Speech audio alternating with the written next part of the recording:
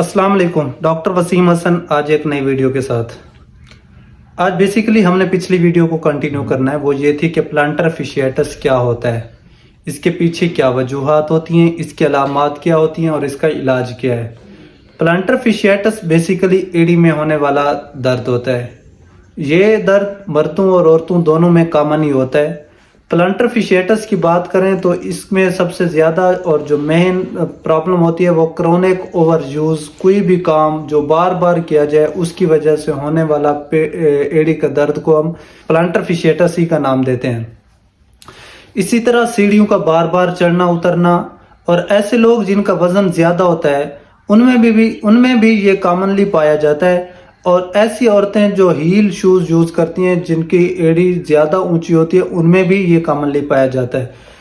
Planter फिशिएटस की अगर main और सबसे अहम अलामात की बात करें वो ये होती है कि सुबह के वक्त जब हम उठते हैं तो उठते वक्त ही हमें थोड़ी देर के लिए स्टे लेना पड़ता है, क्योंकि उठते ही हमें ऐसा एड़ी में पेन होता है कि हमसे खड़ा नहीं हो पा रहा होता, हम चल फिर नहीं सकते।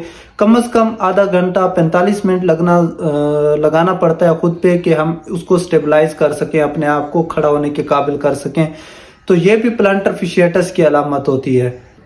अगर वीडियो अच्छी लगा करे तो उसे शेयर भी कर दिया करें ताकि और भी लोगों को फ़ायदा हो इससे। Thank you so much.